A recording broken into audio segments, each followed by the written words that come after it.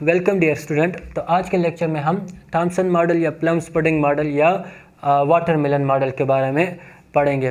देखें, जब इलेक्ट्रॉन की डिस्कवरी हुई और प्रोटॉन की डिस्कवरी हुई तो साइंटिस्ट के लिए सबसे बड़ा क्वेश्चन ये अराइज हुआ, यानी वो इसके बारे में सोचने लगे कि हम अब इसको एटम के अंदर अरेंज किस तरह से करें। तो उस वक्त जे थॉमसन जो थे उन्होंने साइंटिस्ट से कहा कि मेरे पास एक आइडिया है, मेरी एक सोच है जिसके मुताबिक हम इलेक्ट्रॉन प्रोटॉन को एटम के अंदर अरेंज कर सकते हैं। तो साइंटिस्ट ने उनसे पूछा कि किस तरह अरेंज करेंगे।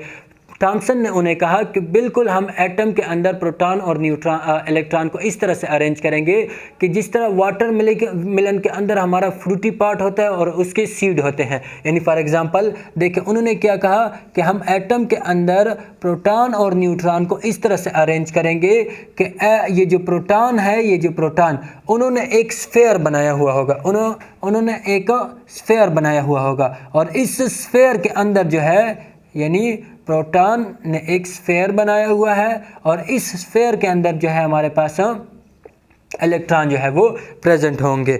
बात की समझ आ रही है? बिल्कुल उसी तरह जिस तरह हमारे पास वाटरमेलन में हमारा फ्रूटी पार्ट होता है और फ्रूटी पार्ट के अंदर सीड प्रेजेंट होते हैं। यानी फॉर एग्जांपल ये हमारा क्या है, ये हमारा वाटरमेलन है और इस वाटरमेलन के अंदर हमारा, यानी ये हमारा आउटर शेल हो गया उसका, इसके अंदर हमारा फ्रूटी पार्ट होता है और उस फ्रूटी पार्ट के अंदर हमारे सीड होते हैं। तो बिल्कुल उन्होंने इस तरह कहा कि ये जो फ्रूटी पार्ट है हमारा, ये हमारा क्या है कि ये एक स्फेयर है जिसमें हमारे पास प्रोटॉन जो है वो अरेंज है और हर जगह पे प्रोटॉन जो है वो इक्वली अरेंज है। यानी अगर आप खरबूजे को देखेंगे या इंडवाने को देखेंगे तो ऐसा नहीं है कि बाज़ जगह पे रेड कलर उसका कम होता है और बाज़ जगह पे रेड कलर ज़्यादा होता है, बल्कि वो हर जगह पे क्या होता है, सिमेट्रिक इक्वल होता है। यहाँ पे भी इसी तरह ही है कि प्रोटॉन जो थे वो इक्वली डिस्ट्रीब्यूट थे और इलेक्ट्रॉन जो थे वो इन्हीं प्रोटॉन के अंदर जो थे वो प्रेजेंट थे। जिस तरह सीड प्रेजेंट होते हैं किस चीज़ में, वाटरमेलन में, इसी तरह बिल्कुल इन्होंने कहा कि हमारे पास इलेक्ट्रॉन जो थे वो इलेक्ट्रॉन जो है वो प्रेजेंट है किस चीज़ के अंदर, स्फेरिकली प्रोटॉन के अंदर। लेकिन ये मॉडल जो था ये फेल हो गया, चूँकि बाद में साइंटिस्ट ने इन पे क्वेश्चन अराइज किए। पहले तो साइंटिस्ट ने इनके साथ मान लिया कुछ साइंटिस्ट ने, लेकिन बाद में साइंटिस्ट ने इन पे क्वेश्चन अराइज किए कि अब जब इलेक्ट्रॉन इनके अंदर प्रेजेंट है, फॉर एग्जांपल किस तरह के क्वेश्चन, इस तरह के कि ये जो इलेक्ट्रॉन प्रोटॉन के इनसाइड प्रेजेंट है, तो आया ये इलेक्ट्रॉन जो है ये रिवॉल्व नहीं करेंगे, ये इलेक्ट्रॉन जो है ये हमारे पास स्टैटिक पोजीशन में है, मतलब क्या कि ये मोशन जो है वो नहीं करते। तो इस तरह के जो क्वेश्चन है साइंटिस्ट ने उन पे अराइज करना शुरू कर दिया।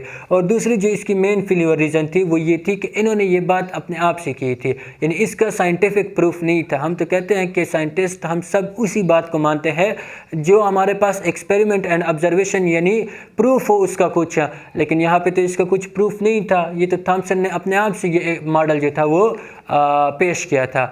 लेकिन इस मॉडल की एक इम्पॉर्टेंस थी और वो इम्पॉर्टेंस क्या थी कि ये एटम की न्यूट्रलिटी को जो है वो एक्सप्लेन कर पा रहा था। यानी हम कहते हैं कि एटम एज ए होल जो है वो न्यूट्रल है, तो यहाँ पे वो इस चीज़ को जो है एक्सप्लेन कर रहा था। लेकिन क्वेश्चन जो थे इस पर बहुत ज़्यादा अराइज हुए, यानी ड्रॉबैक इसके बहुत ज़्यादा थे, तो इस वजह से जो है वो ये मॉडल जो है हमारे पास फेल हो गया। तो उम्मीद है कि आप लोगों को समझ आई हुई हो कि मुझे इजाज़त दीजिए। Thank you so much.